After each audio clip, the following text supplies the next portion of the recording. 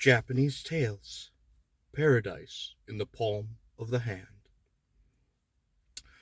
Two scholar monks named Chiko and Raiko once lived at Gangoji in the old capital of Nara. Although they had always lived and worked together, Raiko in the end stopped studying and never picked up his books again. He just lay there in silence. Chiko, for his part, was a deeply wise man who loved scholarship, and in time his learning was recognized by all. When Raiko died, Chiko mourned his old friend.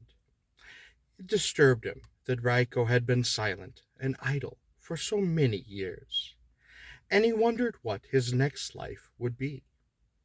But he withheld judgment on Raiko's fate because he knew that good and ill are hard for our own limited minds to fathom.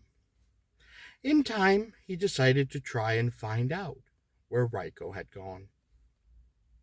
He dreamed a deep dream, and he found Raiko in a place so beautiful that it seemed like an unto paradise.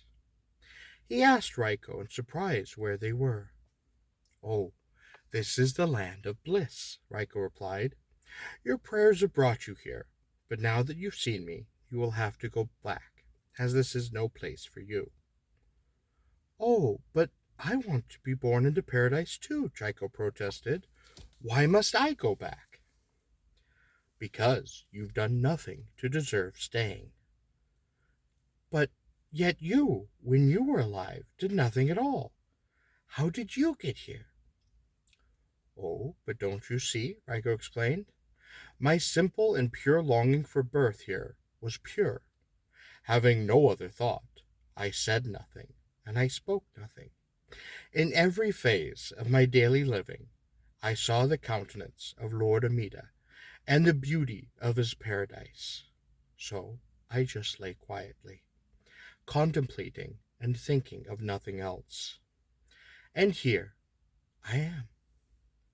You know all of the scriptures, but your mind is in turmoil, and you hardly deserve yet a birth like this.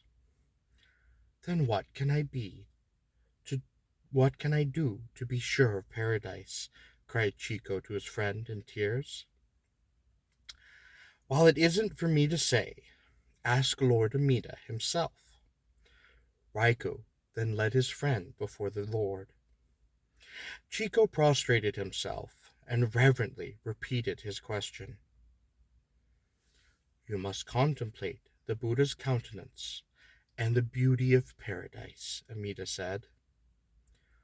"But the splendor of all I see here is more than my eyes or my very mind can take in. How can I contemplate these things with the eyes of a simple ordinary man?" Lord Amida lifted his right hand, and Chiko saw in his palm a tiny paradise. Then he woke up. He immediately had a painter transcribe what he had seen, and all his life he contemplated that image, till he too passed on to the land of bliss. Later, his dwelling was renamed Goku Rakoba, or Paradise Hall, and the painting still hangs there in its place of honor.